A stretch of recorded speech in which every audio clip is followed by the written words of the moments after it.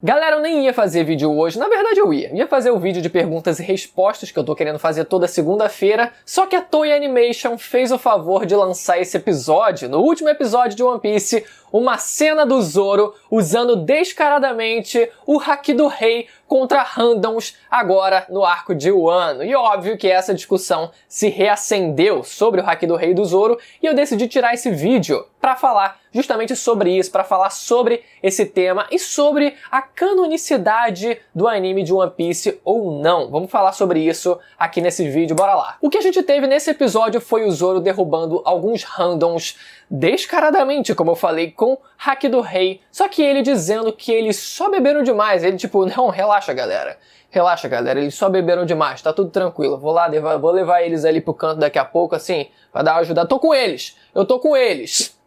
Não desconfiem de nada não, que eu tô com eles. E a gente não sabe se ele realmente acha isso, né? Deu a impressão de que o Zoro, ele realmente achou que eles ali, coincidentemente, tinham caído porque tinham bebido demais. Até o momento, ele não desconfia que ele possui Haki do Rei, então ele sequer cogitou essa possibilidade seriamente. Só que será que essa cena, que não existiu no mangá, é válida, de se considerar é válida para a história? Vamos lá relembrar algumas outras cenas, porque não é de hoje que a Toei Animation faz o favor de fomentar essa ideia de que o Zoro ele possui Haki do Rei, o que a gente sabe que lá no mangá, depois dos capítulos recentes, tem um forte indício de que ele realmente possui essa habilidade, mas antes disso a Toei Animation já fazia questão de fomentar essa ideia na cabeça dos fãs, né? Lembrando a primeira cena no episódio 395, a clássica cena do Zoro intimidando alguns randoms no arquipélago. Lembrando que essa cena, ela até chegou a existir em partes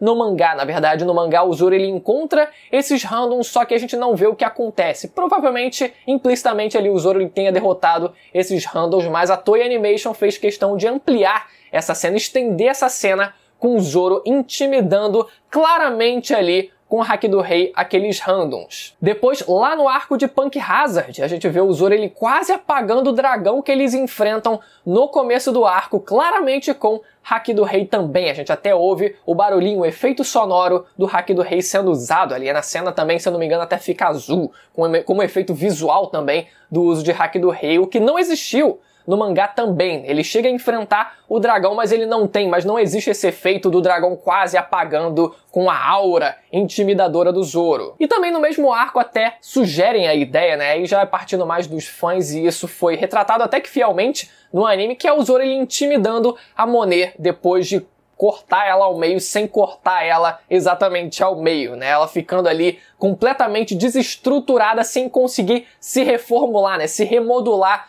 novamente, né? E ela fica completamente paralisada de medo. E a partir daquilo, até mesmo no mangá mesmo, com a cena no mangá, as pessoas começaram a teorizar de que talvez ele tenha usado Haki do Rei. Essa cena em específico não tem muito o que se discutir. Na verdade, o que pode ser discutido é se ele realmente aplicou Haki do Rei ou se algo diferenciado foi usado nessa cena, né? Muita gente gosta de usar essa cena como um exemplo do chamado Sake, que significa intenção assassina, que é um outro conceito utilizado em animes e mangás também, né? A gente já viu essa cena, por exemplo, no mangá de Boku no Hero, com o Sten amedrontando os heróis ali, né? Com a intenção, com a aura assassina dele. A gente já viu isso acontecendo também em Hunter x Hunter, do Illumi também, né? Botando um medo ali, a intenção assassina no Hisoka, apesar dele não ter ficado ali exatamente com medo, mas a intenção assassina do Illumi era clara naquele momento, então existe esse conceito também, que é aplicado também em mangás e animes, né? E a gente sabe que por mais que o Zoro ele tenha exalado essa intenção assassina ali, animalesca ali contra a Monet, é um pouco diferente, é sutilmente diferente do que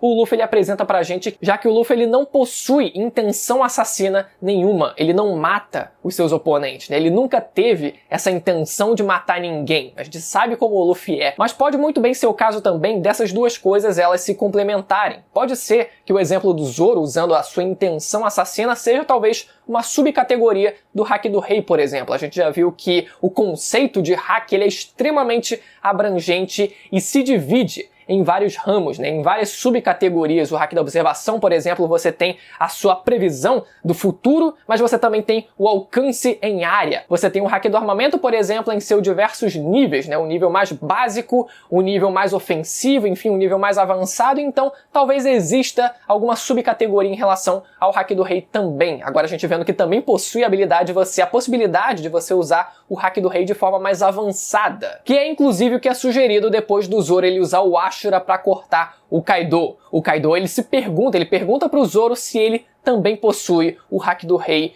e o Zoro ele fala que ele não sabe de nada disso, ele simplesmente atacou com tudo que ele tinha. O que é obviamente uma sugestão do Oda ali implícita, né? É uma forma do Oda ele passar a ideia pra gente ali quase que diretamente, olha só, isso foi sim haki do rei. Existem questionamentos de falas de personagens que de vez em quando servem como uma forma do autor ele esclarecer algumas coisas pra gente, né? Dele passar alguma informação que ele quer passar pra gente sem ser diretamente através de um narrador. Por exemplo, ele usa a fala de personagens para passar essa informação pra gente, e essa eu acredito que tenha sido uma dessas ocasiões. Então no mangá já existe essa forte evidência de que o Zoro ele realmente é um usuário de haki do rei. Isso já tá escancarado no mangá. Mas isso, até o momento em que o anime ele foi exibido, não aconteceu. Essa cena ainda não aconteceu. O que eu acredito que tenha acontecido é, além da gente já ter tido um histórico enorme, né, considerando os vários exemplos que a gente já teve do Zoro sugerindo um uso de haki do rei no anime, a gente agora viu mais um exemplo disso somado ao fato de que isso foi escancarado já no mangá. Então a Toei tem todos os motivos para tacar o foda-se pra isso e simplesmente colocar o Zoro usando o haki do rei mesmo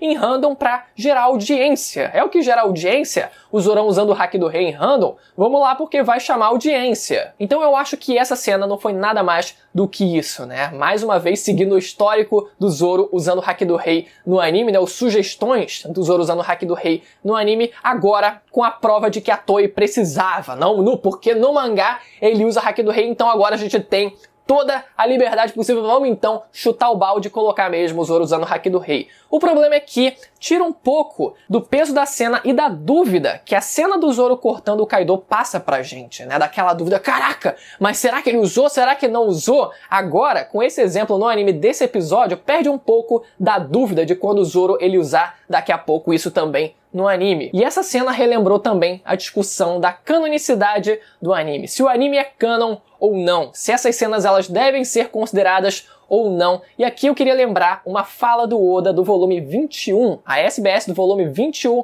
onde ele discorre exatamente sobre a participação dele em relação ao anime. Vamos lá, eu vou colocar a imagem aí pra vocês, que o textinho é um pouco longo, mas acompanhem comigo que é bastante importante. Aqui ele começa: antes de mais nada, o que eu preciso dizer a vocês é que eu sou um desenhista, portanto não sei nada sobre a produção de um anime. O pouco que eu sei fazer nesse tipo de trabalho é ajudar na criação de roteiros exclusivos para a TV ou fazer o design de personagens para os filmes de longa-metragem. Definitivamente não é grande coisa nesse processo. Ou seja, todo o universo e personagens que criei pro mangá de One Piece tiveram que ser passados para as mãos talentosas de alguém. E é aí que vocês precisam memorizar um nome, o do famoso Konosuke Uda. Quando vocês assistem o anime, vem sempre o nome dele aparecendo nos créditos. Ele é o diretor da série, ou seja, o diretor geral. Importante, não? Diretor geral. O anime de One Piece é produzido por 7 diretores no total que trabalham em rodízio, revisando-se a cada episódio. Isso porque é impossível produzir um capítulo de anime de 30 minutos em apenas uma semana. O responsável pelo capítulo semanal é apontado nos créditos finais como direção. Aquele que comanda todos esses diretores é ele. Sim, o famoso Konosuke Uda. Se eu e ele não estivermos com as opiniões em sintonia, num piscar de olhos o Luffy deixa de ser o Luffy e todo o universo de One Piece passa a ser outra coisa totalmente diferente. Não adianta nada eu quebrar a cabeça para criar o enredo mais tocante se o anime não conseguir reproduzir esse roteiro. Isso jamais aconteceu. Ou melhor, a história tem ficado cada vez mais incrível graças ao time Uda mais diretores, que captam a ideia e produzem a história com alta competência. Quando digo direção, isso engloba trilha sonora, efeitos sonoros, dublagem, expressões dos personagens e tudo o mais que faz parte de um anime. E eu sou muito grato a todas as pessoas envolvidas nesse trabalho. trabalho. A propósito, a verificação de script, quem faz é o meu editor Habu Yang. O que eu quero dizer com tudo isso? Que é para vocês prestarem atenção na enorme fileira de nomes que aparecem nos créditos. Queria que entendessem que cada um desses nomes certamente contribuiu com grande esforço para a realização do episódio em questão. Bom, eu sei que essa apresentação ficou meio formal, mas fiquem sabendo que o Uda é um moço muito amigável. Às vezes vou jantar com ele e o produtor, esse cara também é legal, depois das reuniões. Mas basicamente a criação do anime de One Piece fica nas mãos dele e eu me transformo em apenas mais um espectador, capaz de vez em quando, chorar com o episódio. Então aqui nessa fala do Oda fica bem claro que a participação dele em relação ao anime é praticamente nula, com salvas exceções. Quando existe algum material original para TV, como por exemplo um filme de longa-metragem, um episódio especial, alguma coisa do tipo, talvez ele se envolva na criação de design de personagens, a gente já sabe como funciona a relação dele nos filmes, por exemplo. Mas no episódio semanal, no anime semanal, ele não tem envolvimento algum.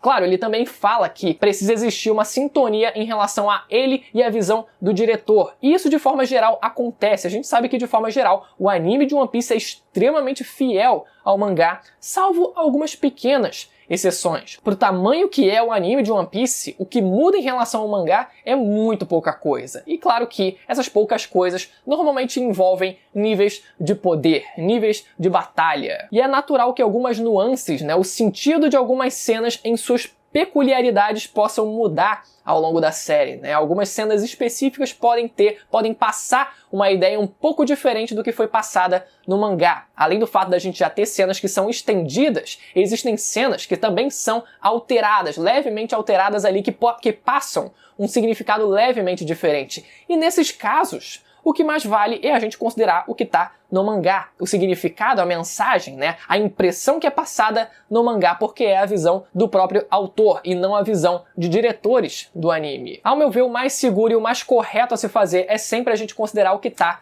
no mangá. Se uma cena não existe no mangá, tem que tomar cuidado quando a gente for considerar ela, porque ela pode ter um significado diferente da impressão que é, da visão geral do que é passado no mangá. Porque quando uma cena extra é colocada no anime, ou quando uma cena do mangá é estendida com algo mais, no anime a gente sabe qual é a intenção. É estender o episódio para no fim ele não alcançar o mangá. Ou seja, um filler. Beleza, galera, essa é uma discussão que eu acho muito válida a gente trazer aqui, Principalmente quem gosta de discutir nível de poder de personagem, eu também gosto, também sou fissurado por isso, não tem problema, e eu acho que pude trazer aqui algumas informações bacanas pra vocês, uma discussão, mais uma vez, interessante. Lembrando que, como eu falei, cara, não precisa nem ficar chateado com a cena ter sido filler ou não, porque no mangá já tá quase que escancarado que ele tem sim o Haki do Rei, não precisam se preocupar com isso. Lembrando que toda semana tem vídeo comentando o mangá de One Piece, então não deixe de estar inscrito se você ficou até aqui e ativar o sininho pra não perder a notificação dos próximos vídeos que saírem, beleza? Até a próxima, tchau!